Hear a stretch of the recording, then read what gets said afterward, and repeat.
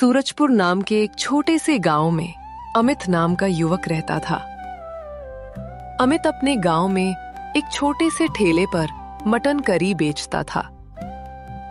वो बाजार के एक कोने में ठेला लगाता और मटन करी बनाकर बेचता था।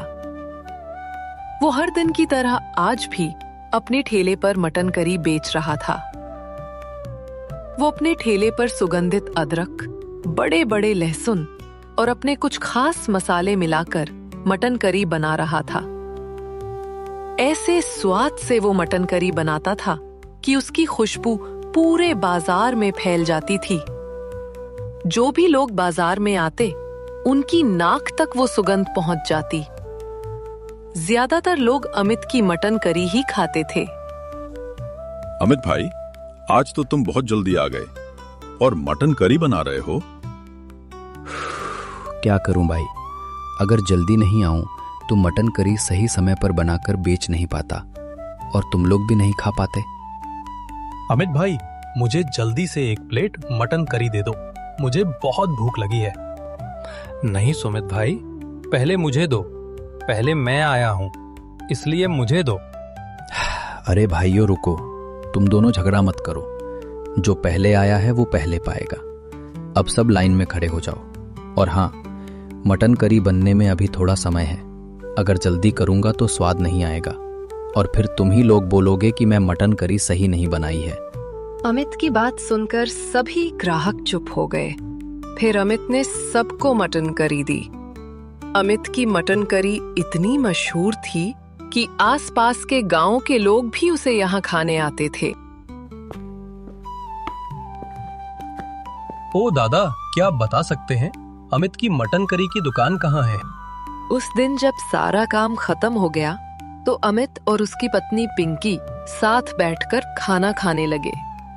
पिंकी ने मुस्कुराते हुए कहा, तुम एक काम करो, तुम दुकान में किसी को काम पर रख लो जो तुम्हारी मदद करेगा। इससे तुम्हारा बहुत फायदा होगा। भगवान की कृपा से आज बहुत बिक्री हुई। मैं तो देते देते थक गया था। तुम सही कह रही हो, मुझे किसी को तो कम पर रखना होगा। अगले दिन सुबह सुबह अमित बाजार गया। सुनो काका, आज मुझे 5 किलो ताजा मटन चाहिए। अरे सुमित, मैंने सुना है कि तुम्हारी मटन करी गांव में सबसे मशहूर है। हमें भी एक दिन अपनी मटन करी खिलाओ ना। ठीक है काका, आप एक दिन मेरे ठेले पर आएं, मैं आपको अपनी मटन करी खिलाऊंगा। वहां से उसने मटन, चावल, प्याज, लहसुन खरीदा और आकर मटन करी बनाना शुरू किया। फिर हर दिन की तरह वह मटन करी बेचने बाजार गया। हर दिन की तरह उस दिन भी अमित की दुकान पर बहुत सारे ग्राहक आए। उस दिन भी अमित की मटन करी जल्दी ही बिक गई। भगवान की कृपा से आज भी मेरी सारी मटन करी जल्दी बिक गई। रिंकी ने सही कहा था, मुझे किसी मदद करने वाले को रख लेना चाहिए। ऐसे ही अमित के दिन कटते जा रहे थे। एक दिन जब अमित मटन करी बेच रहा था, तभी उसके पास एक लड़का आया। नाम था अमन। उम्र करीब 20 से 25 साल के बीच। भाई, मुझे कुछ खाने को मिलेगा? मैंने 3 दिनों से कुछ नहीं खाया है और मेरे पास पैसे भी नहीं है। मैं आपको बाद में पैसे दे दूंगा। कृपा करके मुझे अभी कुछ खाने को दे दो। नहीं नहीं भाई, मुझे पैसों की जरूरत नहीं है।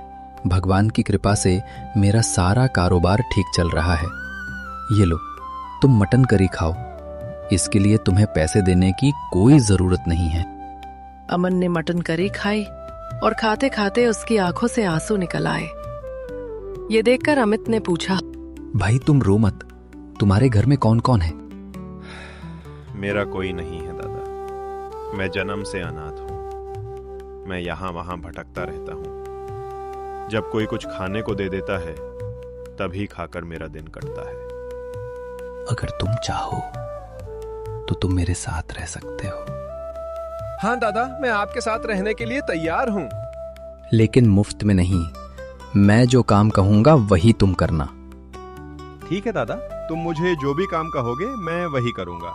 अमित अमन को अपने घर ले गया और सारी बात पिंकी को बताई। अगले दिन अमित ने अमन को अपने साथ मटन करी बनाना सिखाया।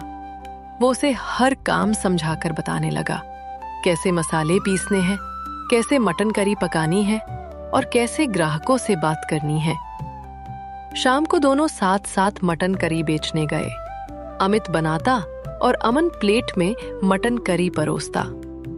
अमित को अब बहुत सुविधा होने लगी। दिन बहुत अच्छे जा रहे थे, लेकिन धीरे धीरे अमन के मन में लालच आने लगा। अगर मैं मटन करी की ठेला लगाऊं तो मेरी भी अच्छी कमाई होगी। अब मैं अमित की तरह अच्छी मटन करी बना सकता हूं। मेरी मटन करी भी स्वादिष्ट है, तो मैं अपनी मटन करी का ठेला लगाऊं। इस व्यापार में बहुत पैसे भी कमाए जा सकते हैं। धीरे धीरे अमन के मन में लालच पैदा होने लगा। फिर अमन ने अपनी एक मटन करी की ठेला लगा ली। आओ आओ भाई, अगर स्वादिष्ट मटन करी खाना चाहते हो तो अमन के दुकान पर आओ। एक दिन अमित की दुकान पर एक ग्राहक आया और बोला, अमित भाई, तुम तो बहुत अच्छे इंसान हो। तुम्हारे पास से सीखकर उसने अब तुम्हारे दुकान के पास ही मटन करी की दुकान खोल दी और तुमने कुछ नहीं कहा। चाहे वो तुम्हारे दुकान के पास ही दुकान खोले, वो तुम्हारे व्यापार को कोई नुकसान नहीं पहुंचा सकता। ना भाई, आप गलत सोच रहे हैं। ऐसा कोई मामला नहीं है। और उधर अमन अपनी दुकान पर आने वाले ग्राहकों से कहने लगा, अरे अमित को तो मटन करी बनाना मैंने सिखाया है। उसने मेरे पास से ही मटन करी बनाना सीखा।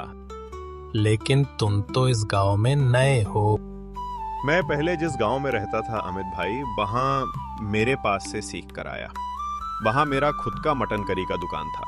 तुम मेरी मटन करी खाओ, अगर स्वाद अच्छा नहीं है तो पैसे मत देना। असल में अमन वही तरीके इस्तेमाल कर रहा था जो अमित ने उसे सिखाए थे।